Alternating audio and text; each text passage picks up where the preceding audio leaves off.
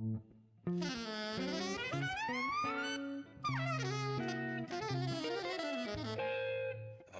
Jazz.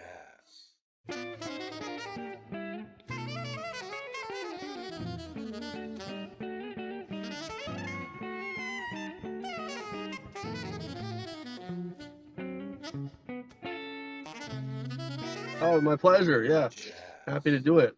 Levs was like one of the top five records from last year for me. That's a Oh killer man, I really album, by the way. appreciate that. Uh, Thank you. Thanks for checking it out. oh man, I wanted to start this talk with this album actually, and asking you about your compositions because it's like that's some crazy shit going on there. How did you approach Yeah, that album? I mean, what's the process there like? Because it's really amazing. yeah. It's I would say tune by tune, it's a little different, but overall, I uh, I really was hyper focused on the scores and the just the I was looking at some classical scores that I really liked, and you just keep turning the pages, and it's like this is an amazing amount of work. Like it's crazy. And even though we play a lot of challenging music in the jazz world or Yeah. the scene that we find ourselves in, it doesn't really compare. I'm like, man, I can't imagine how much time it takes to really write like a large scale composition, So this was my attempt at kind of doing my version of that, I would say, kind of inspired by the aesthetic of the scores. So I Mm. spent a lot of time handwriting the music, and a Oh, lot of really? it Oh, was, wow. Okay. yeah, yeah. Everything is pretty much handwritten for that album, and I really did like a few drafts of it, and it took, probably 8 to 10 years to really complete all of it. Um, Wow. so it was a big kind of work in progress, and then I was given the opportunity to actually make the record, and it came at just kind of the perfect time where I had a book of music kind of ready to go. So yeah, it was you know it was crazy, and I don't think I could make it the same way. Mm. I couldn't make a record the same way, even if I tried, and I just because it was so kind of convoluted the way, how it is when you record, right? Where it's Yeah. like you're like doing this and then it gets sent off. Like I did the wins and stuff like on a completely separate recording session, and then I ended up manipulating and editing their material to go with like some improvisations after the fact. So it was just a lot of back and forth, and I think whatever I do next will be completely different. Yeah, I mean, it's it's just like I wanted to ask you about you and rhythm, especially with this album.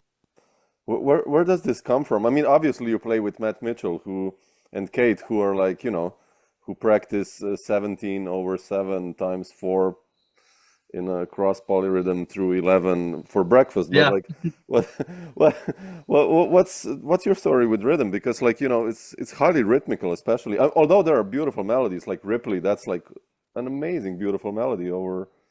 But still, like the Oh, rhythm is, well, I appreciate that, and the rhythm thing is huge, right? And it's funny because I kind of got into polyrhythms on my own terms. I was living in California, and there weren't a lot of people in the Bay Area that were really messing with that type of stuff. So I was kind of studying it on my own and with a trio that I had at the time called Anteater. But I basically learned polyrhythms in a way that very closely related to how Matt and Kate approach them, yeah. but I approach them on more of a big pulse, I would say.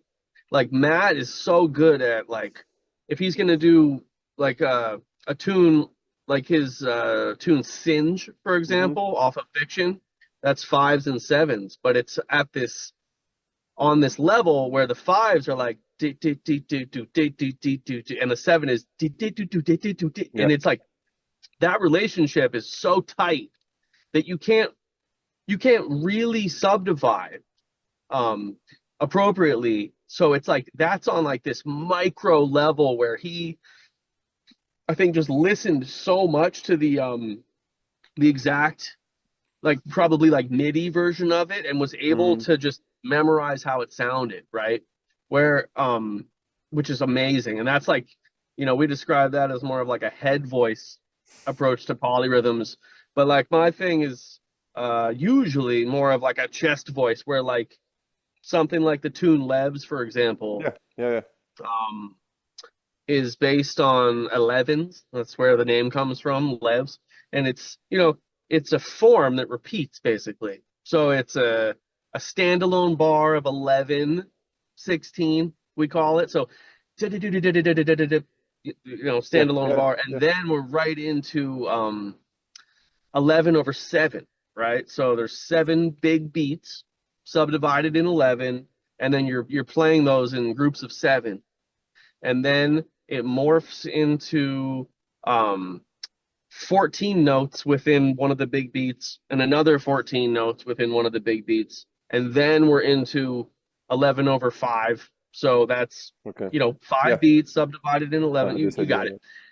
So it's important for me to kind of verbalize the formula, because a lot of times people get it backwards or something where they're actually playing, 5 over 11 or Yeah, 11 yeah, over, yeah, you know yeah. what I mean? Yep. But anyway, it's a repetitive form, and the way I learned all that stuff, I work outside. I work in a park here in Brooklyn. I'm a horticulture supervisor these Oh, days. really? I've been That's there for amazing. over 10 years. Yeah, so a lot of times I don't have an instrument during the day, and I learn polyrhythms. But most of the polyrhythms I know I learned at work. And that one, just 11 over 7. Yeah, you can do this stuff. Yeah, yeah. It probably took a couple months just to really memorize it beat by beat and have it be solid. And then when we get into the actual composition, that's a repetitive form. After the 11/5, there's 11 against 3, and then we're back to the top. That's the whole tune. But it repeats so many times that within those polyrhythms, there's a lot of nested little Yeah, yeah. things where I composed a lot of bass-centric harmony with uh, harmonics, open strings, Yep. things like that. And then I had Matt kind of mirror that stuff on the piano, where it sounds more, it's like more unnatural for a piano, actually. But the fact that we're kind of doing it together, I think makes it like a unified voice. And a lot of the record is approached like that. Like Matt and I are kind of a unified voice. Yeah. And the harmonics and stuff, they're matching right up with his piano stuff. But yeah, it's a long-winded answer to your No, beautiful, man. Yeah. question about rhythm. Yeah. Wow. How did you present the music to the guys, to Tyshawn and Matt? I mean, gave them lead sheets and you just sight-read it, or did you rehearse a lot? Or because I know those guys are geniuses. I mean, but still. Well, it's funny. I mean, I think Matt practiced the music for 6 months or so, like Yeah, yeah, every okay. day, and it was kind of payback for me for a Yeah, lot of yeah, for a lot of music other he's stuff. given Yeah. me. Although, it's hard to really throw crazy music at a bass player.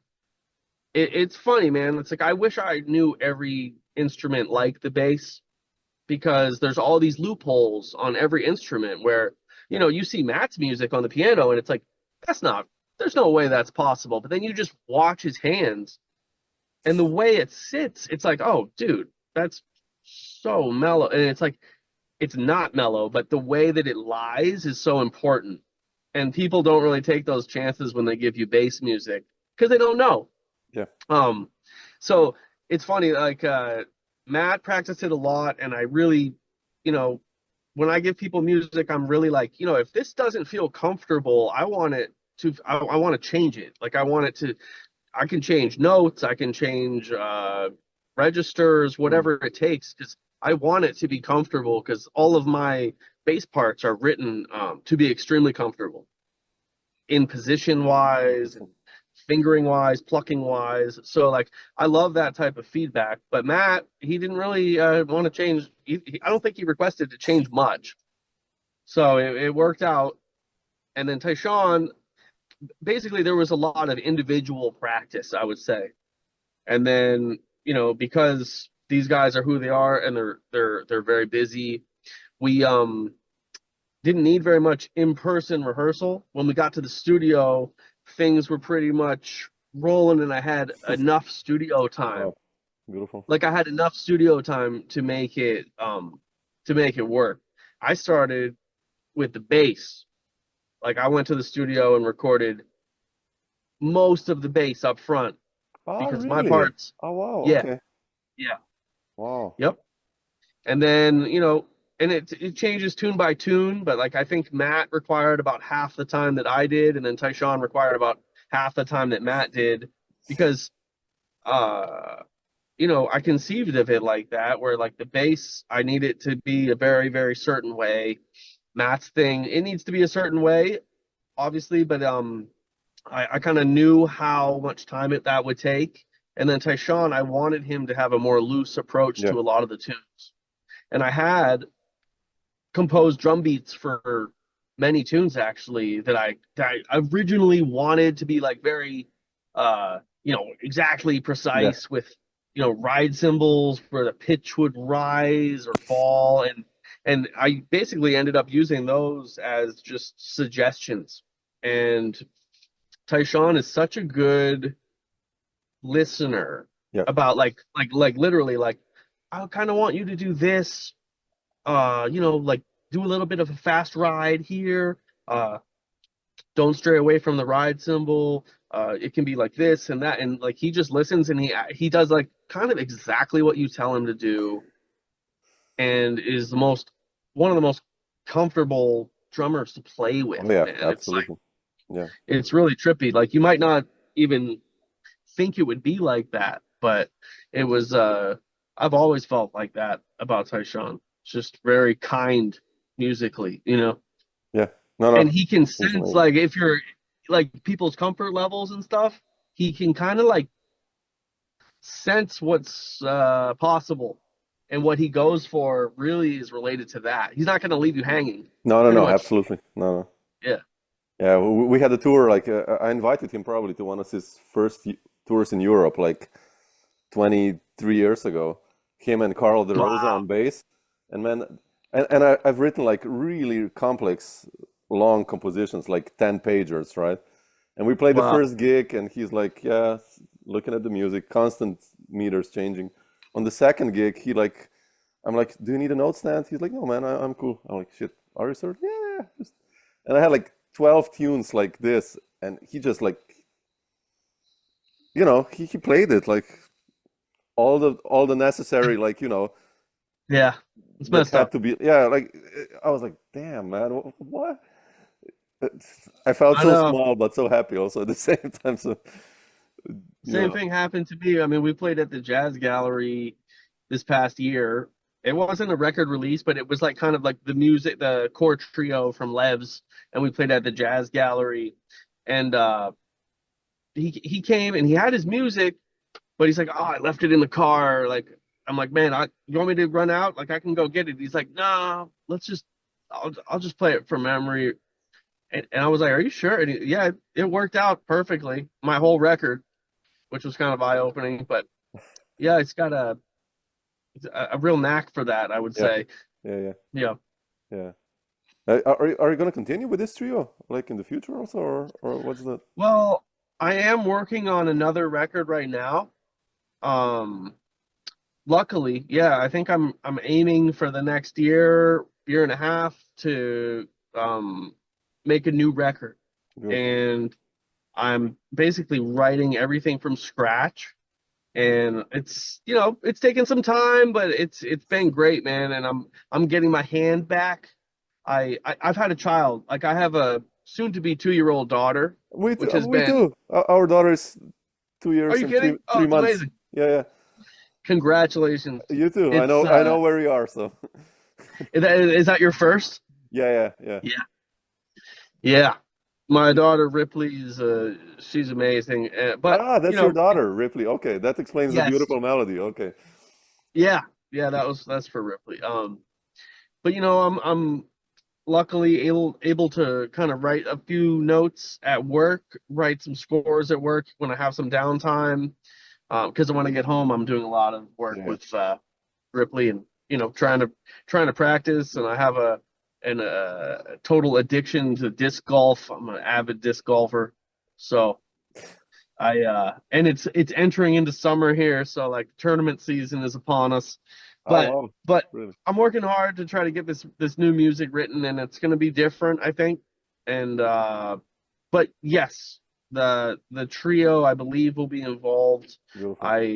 I kind of have to write the music though to really figure out who in what capacity will be involved. Yeah, But it's coming. There's a record coming for sure.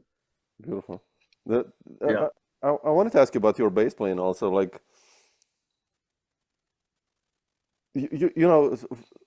a couple of times you sounded like Jaco Pastorius on the record, even though you're playing the double bass, right? All the harmonic stuff and stuff. And like, who were your first influences regarding jazz? Like, why did you start playing jazz actually in the bass? I mean, what's the story there? Well, I was a rocker. It was like the 90s, and I was like into Primus, man. Primus was my jam. Really? Les? Wow, Oh yeah, Claypool. Man, okay.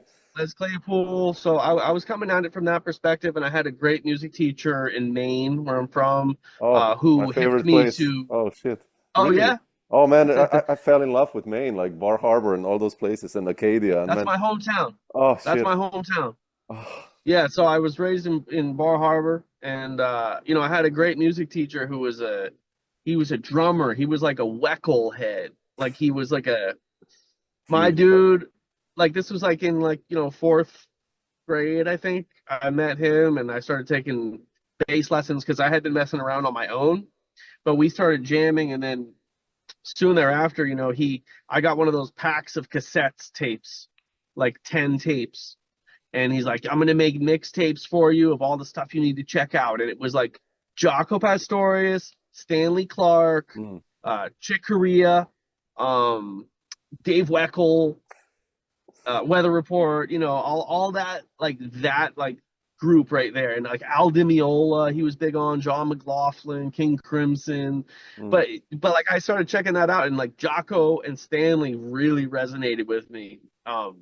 And then from there I got, more into the upright. I was playing electric, and then I got more into the upright. I got into like Eddie Gomez and Sure. uh, John Patitucci, and then I just went back in time, very, very checked out all my, traditional Wilbur Ware, Wow, really? Oh wow, okay. oh yeah, everyone really. And I had that, for a time I was very committed to that sound of, you know, um that Jimmy Blanton, Yeah, just that very fat staccato gut yeah, sound. And it was only, in the past 10 years or so that I really was like, my bass personally doesn't really speak that well when I jack up the action, and I try to play as hard as possible, even though I did it for a long time. So I lowered it down, and I found that, the harmonics on the bass and just legato sound, yeah, it kind of suits me. I love it. yeah, And I love it partially because it's a little bit frowned upon. You know what I mean? Most people you hear they just want that boop boop bop yeah, boop yeah, bop boop yeah, boop boop boop boop boop, and I love that sound. I really do.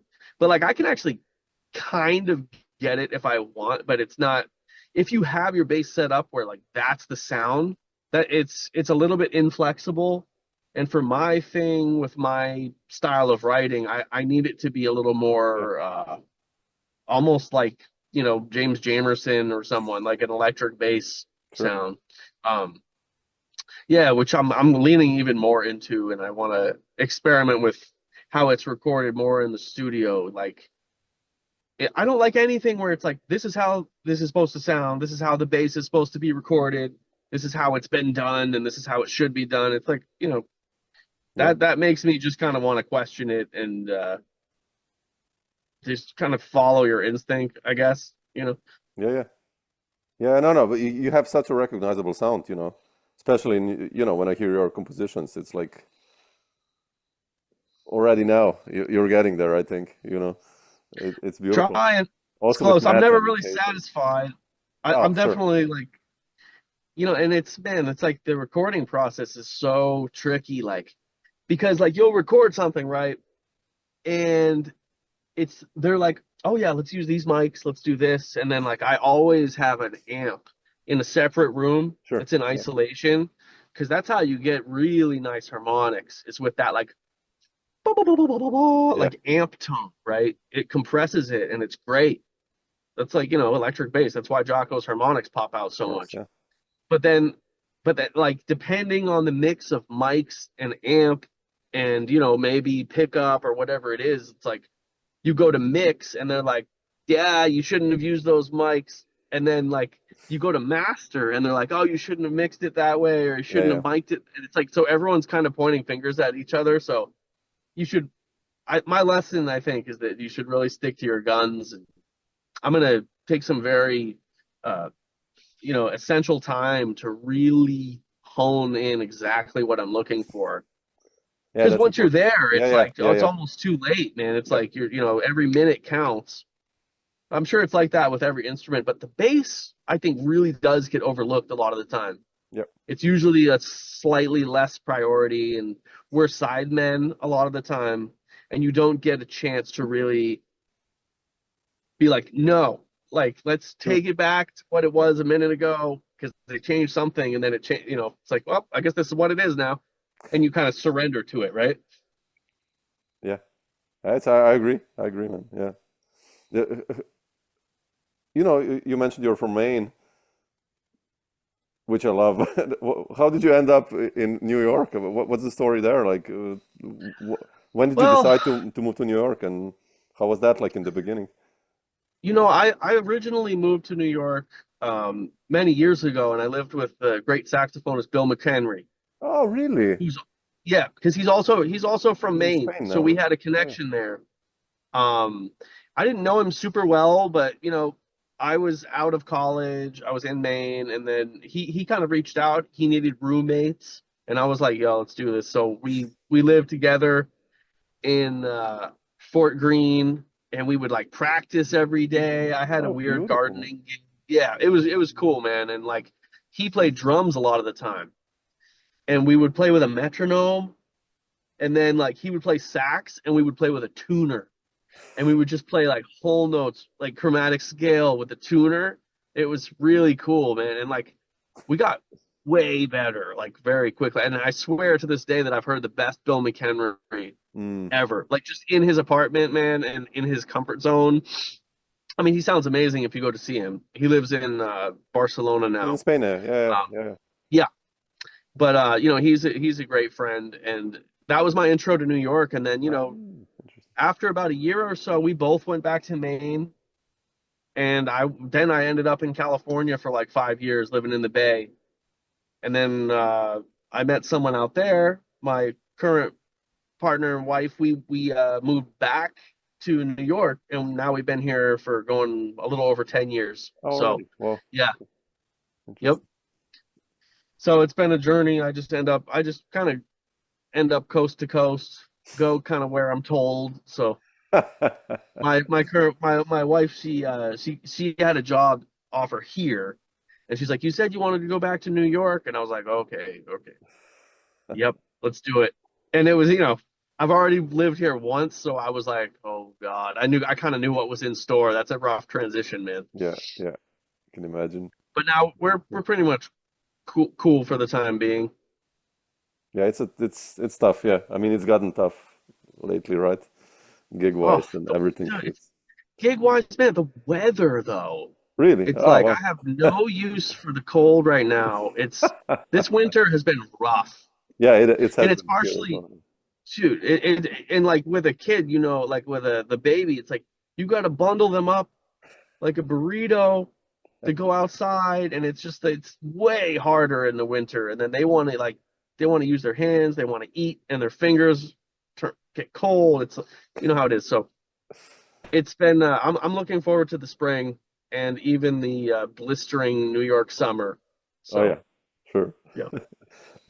Kim, I wanted to ask you just, we mentioned Matt Mitchell before and Kate, and how did you end up in those guys' groups? I mean, like especially Matt, he was one of the first, right? To like, what's the story with him? I first saw Matt Mitchell when I was living in Oakland, California, and I went to see him with Snake Oil, Oh Tim yeah, with Burns band. Tim's. Yeah. Oh man, that's a And I great had one. never heard of Matt before, but I saw this, shaggy kind of tall piano player. It looked like I think he maybe had some music, but his hands were just going crazy, and I was like, this is strange. It was like a new type of piano playing for Yeah. me. Um, and I loved it. And then I didn't even really kind of register who he was or anything until years later. I moved to New York, and then I saw Kate Gentile was playing a gig at iBeam, and I just was like, yeah, I'm gonna go check this out because her music, there was a clip of it, I think, and it sounded really cool.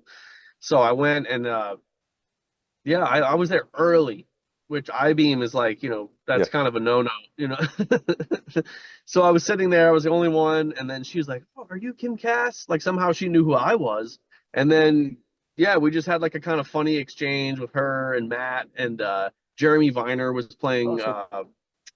sax, Adam That's it. Hopkins was on bass, and I loved the show. And I told them how much I loved it, and then soon thereafter we did a session at their place. I think they had some music that they were running by like another bass player who was maybe having a little trouble reading it. I'm not sure exactly who or what the music was, but it was not the easiest stuff, but it was kind of right up in my wheelhouse, I guess. Um, it's kind of like if you can kind of begin to approach it and organize it in your mind, that's Yeah. really with their stuff. Even if you're a great sight reader, it's like if your rhythmic conception is That's insane. Yeah. different, then you might have trouble because it doesn't make that much sense. Yeah. It's like it makes sense, but you have to put yourself there mentally. But I think we connected on that, and they kind of realized I was coming from a similar place, maybe. And then, yep, now many albums later, uh, we've done a lot together. I love Yeah. those guys. Yeah. Yeah. Yeah. So Kate sent me like 2 years ago, Find Letter X before it was released, and I was like, man, you guys are pushing the boundaries like rhythmically, That's like a all really of you, crazy album. Yeah. That's a crazy album. That's really like it gets so dark, but it's so good. It's really like wow, really It's a amazing. lot, man. It's a lot. That's a lot. We were actually about to play next week Mm, at the Stone. She has a gig at the Stone, and it's well, she has a week at the Stone, but the night that I'm playing, it's that band, but I'm just playing upright, and it's like kind of a hodgepodge of those tunes on the album, and there's so many tunes, yeah. and each gig, it's like we're gonna do like this part of this tune, and then this part of this tune, and it's like I've cut the pages up so many times that the book is just completely demolished. It's fun. I love that, but it's like I was just going through it, and it looks like a ransom note or something. I love it. It's cool though. I need to practice this week a lot for that thing next week. Yeah. I'm Cool. also interested in seeing some of her other gigs. There's a band with I can't list off everyone in it, but I believe there's two guitars, a fretless bass, Kate, and it's like microtonal. It's like kind of her Really? Oh, new well, I have to check it out. project with I'm really sorry I don't have everything on the tip of my tongue, but I know that Andrew Smiley is one of the guitar players. Maybe Greg Chudzik is playing electric bass, and it's like something new of hers, Oh, which I okay. don't even want to research it too much. I'd rather just go check it out Be because blown it's got away. Yeah. microtonal. There's microtonal aspects, which just sounds pretty intriguing. Yeah. Amazing. Yeah. Yeah, The, but she's great. yeah, I mean, yeah, it's incredible. It's nice also that you hooked up with Patricia Brennan.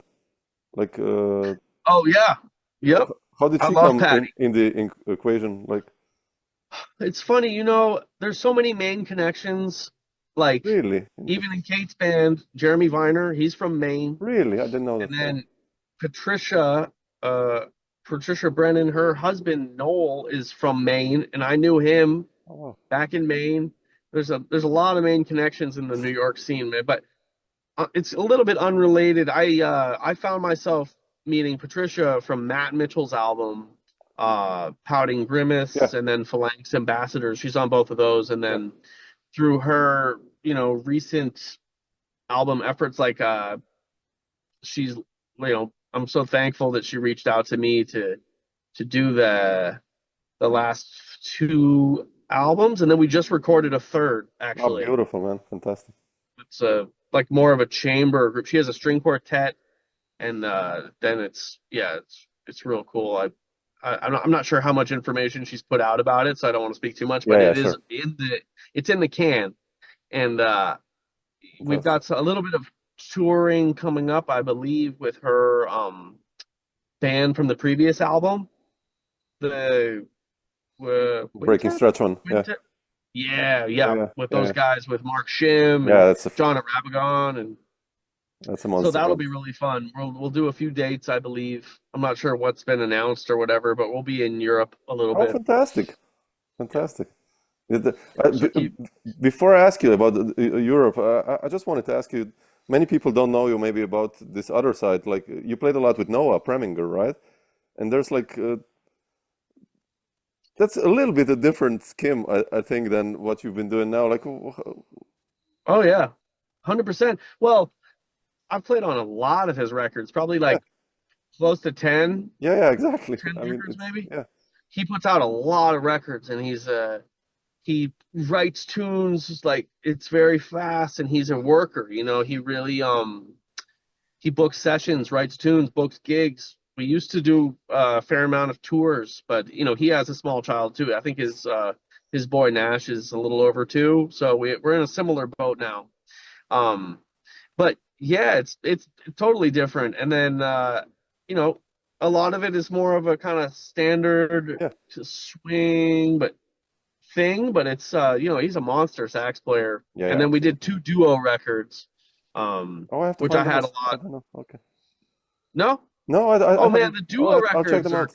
I know the trios with Um, Ian oh uh, yeah, with and Ian Froman with and Jason and yeah, there's a number of quartet yeah. records, and then there's a number of records with like Dan Weiss and Max Light, a couple of those, and then there's a new one that's like ballads with Ballots, I know. Yeah, that's a nice whole one. Yeah, whole other thing. But man, if you want to check out the duo I'll check it records, out. Yeah. the particularly the newer one called the Dank, I I worked really hard on that because it was like Noah would record these crazy improvisations, right? And I would transcribe them, play them, arrange a lot of it, and then we would pass the tunes back and forth. And it was a shit ton of work, dude. Mm, Like it really was. But the thing with the duo records that's kind of unique is that we were working in our home studios. So we had unlimited time. that's fantastic. Yeah, I And love those. Yeah, it's kind of cool. Yeah, no, it was cool. I'm proud of those. Particularly the Dank, I think is I'll check it my out. favorite thing I've done with Noah. But I had to tell him afterwards, I was like, man, I can't do another one of these for a while Yeah, because I'm like, I'm a perfectionist and it's too much, man. And maybe in the future we'll do another one, but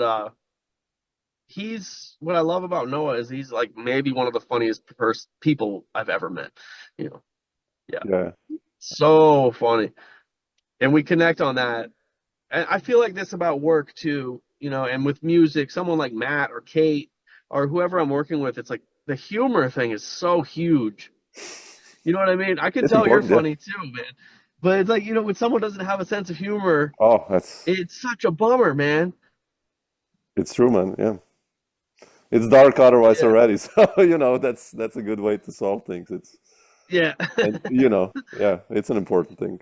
Absolutely. It's not the most, but especially if you're going to work with someone continuously, Absolutely. it definitely helps. Like, you know, Yeah, and being on the road and stuff like that. I mean, that, Yes. way Yeah. better than being with someone really dark and stuff. I mean, I've done many Or dark just ones, or you know, yeah. No, I think it's good, man. It's yeah, kind of yeah, like The Office, like yeah, exactly, Michael, yeah, yeah, like the boss is like kind of the comedian, and a lot of musicians kind of fancy themselves to be like a stand-up comic. Like the two scenes are actually kind of really related. mm, You know, like it's like such a craft, and like we play in similar clubs, and I feel yeah, like a lot of comics have a strong interest in music, and vice versa. yeah. I listen to a lot of comedy and stand up, so it's like Oh, it's me too, really on my radar. me Oh too. man, it's Louis C.K. such a and Bill Burr and all these guys. I'm like, oh, I love these guys. yeah, It's man. Well, who's the guy, Shane Gillis, right? Who just oh, hosted he's SNL. amazing. He's Dude, I yeah, I yeah. don't think I realized how good he was Me until I neither. actually watched the full set. Netflix one. Yeah, yeah. Me too. Yeah, Man, he's like he's a killing it. virtuoso. It's incredible. And his impressions, his Yeah, yeah, Donald Trump is actually incredible. Like maybe the best one I've heard. yeah, Like, yeah. He's really. but Have you seen he's Tires? That series that they have on Netflix. It's called Tires. oh, it's It's called what? tires, like for Oh cars. man, I gotta You have to check this check it out. out. It's amazing. It's like a family of and him and some other. They sell tires in a car shop, and it's I completely gotta check screwed up. this. It's really really funny, man. Like a season 2 is Oh, I coming love now it. as well, so it's really cool. He's Wow. Okay. fantastic, yeah, of the younger cats. Anyway, Mm-hmm. not to go too much away, but I just wanted to ask you about your plans for this year. I mean, you mentioned some Europe, or what are some of the upcoming gigs or projects or touring or Yeah. Well, I've got like a few things that have fallen through, which I'm not heartbroken about.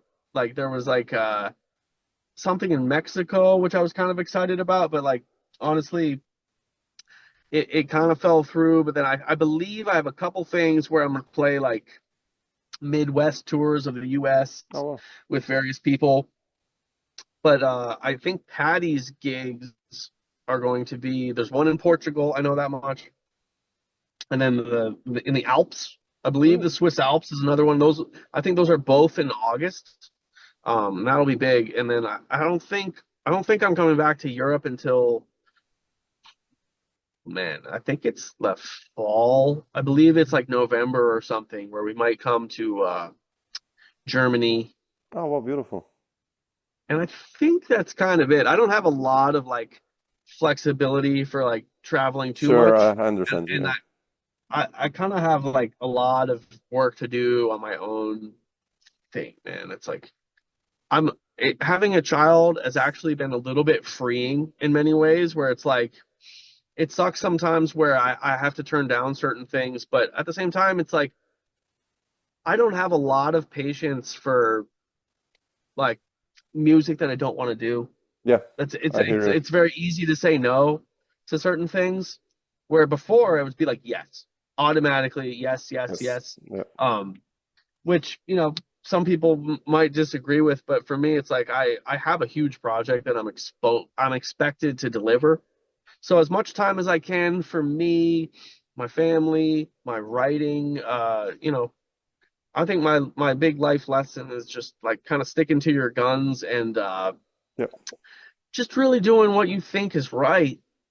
Because if you're kind of just doing the established way of like we're gonna do two rehearsals, we're gonna go into the studio for 1 day or 2 days, and then we'll do an album release gig. That's the most common formula, Yeah, and yeah, it absolutely. Yeah. doesn't work for all types of music. Yeah. Um, so whatever you can do to just kind of approach it differently, and make something unique. It's Yeah. really easier said than done, right? Even in jazz, it's like there's kind of an established way that things sound sometimes and things are recorded, so it's a little bit hard to come into it and stick to your guns, but I fully intend on doing that. Oh, I think you're getting there. I mean, getting there. Yeah, it was a great I learning think, experience. This last record, yeah. I mean, that one is Yep. really, you set the bar really high for yourself, I mean, and for the listeners. Actually, it's Oh, like, it's a you know really, how it is. Wait, I've listened to it way too many times, and sure, it's like of course. I need it. I've taken a lot of space from it, and it sounds better to me now. But at the time, I was like, oh my God, what have I done? This is not right, But I think it's probably like that with most people. Yeah, But that's important too. Taking space absolutely. and taking time to readjust your ears. Um, Listening to things on your car stereo, your Yeah. headphones, your home Mhm. stereo, your boombox, your Bluetooth speaker, whatever it is. Listen to it on everything and then stop listening to it and then do it again Yeah, because you lose perspective sometimes, right? absolutely. I mean, Yeah. it's, lately I've been, the last 10 years I've been mixing and mastering my own stuff as well. The albums, just, Wow. I've learned how to do it to save, on the funds. And I got sick of the album so much after that. I'm just like, I cannot listen to this I anymore. know, Hearing one I track know like it's kind of dark. really, oh Jesus. And then after 2 years, I'm like, oh shit, okay, it's not bad actually, but it's just Yeah, right? Because how do you listen with fresh ears? you can't, yeah, And that's how you can't. But yeah, like, uh, you know, I feel like the great improvisers are able to do that like yeah, almost every time they play, right? Like they don't second guess it. It's like, man, I listen to Evan Parker play and I'm like, dude, it's like yeah, he is not tripping at all. He's so in there and it's like he's almost like someone listening to it for the first time. It's free music is so trippy in that way where it's like it's almost like they're like elevated above the band and they're just watching it happen. yeah. They're not thinking about themselves really. That's a huge goal. It's scary. That type of music scares me. I played a lot with Tony Malaby, Tony, right? Oh yeah, And he's master. like that, man. We played quite some tours, and I learned my lessons so many times because I fell into the traps of repeating stuff from yesterday's gigs or Hmm. stuff like that, and he was just like, like oh fuck, man, No man. like, Yeah. but that's Well, the it's way to funny. learn. So I remember looking at your list of everyone that you've interviewed, and I think William Parker was yeah, on yeah, there, yeah, yeah, right? And I heard a great like kind of anecdote about him where someone was playing with him and they were I forget who all was involved, but they were playing for like a few hours. And then the someone was like, wow, I think we played everything. And he's like, I believe that the quote was like, he's like, no, man, like we do this all day, like for hours. Like you have to be able to do it for just all day, man, yeah. and just like commit to it and just submit to it and let it happen. That's beautiful, man. Like It's one of I the believe when you see him play, it's like I yeah, believe yeah, he can actually do that, man. It's just yeah. like he lets go. Like his last It's album such a was a 10 CD album, right? Or I think a 12 CD. Oh, is that right? Yeah, last Oh, it's year when it amazing. came out, or it's like, okay. I always love seeing him. Yeah, he's a crazy dude. So creative, Yeah, crazy as he dude. should be. That's amazing, dude. Yeah, yeah, absolutely. Cool, man. I'll let you out from your Subaru session now. So, It's but good Subaru session. Thank it's you so much for this the discussion, first man. one. It's been an Yeah, honor. thanks for finding the time. Really appreciate it, man. And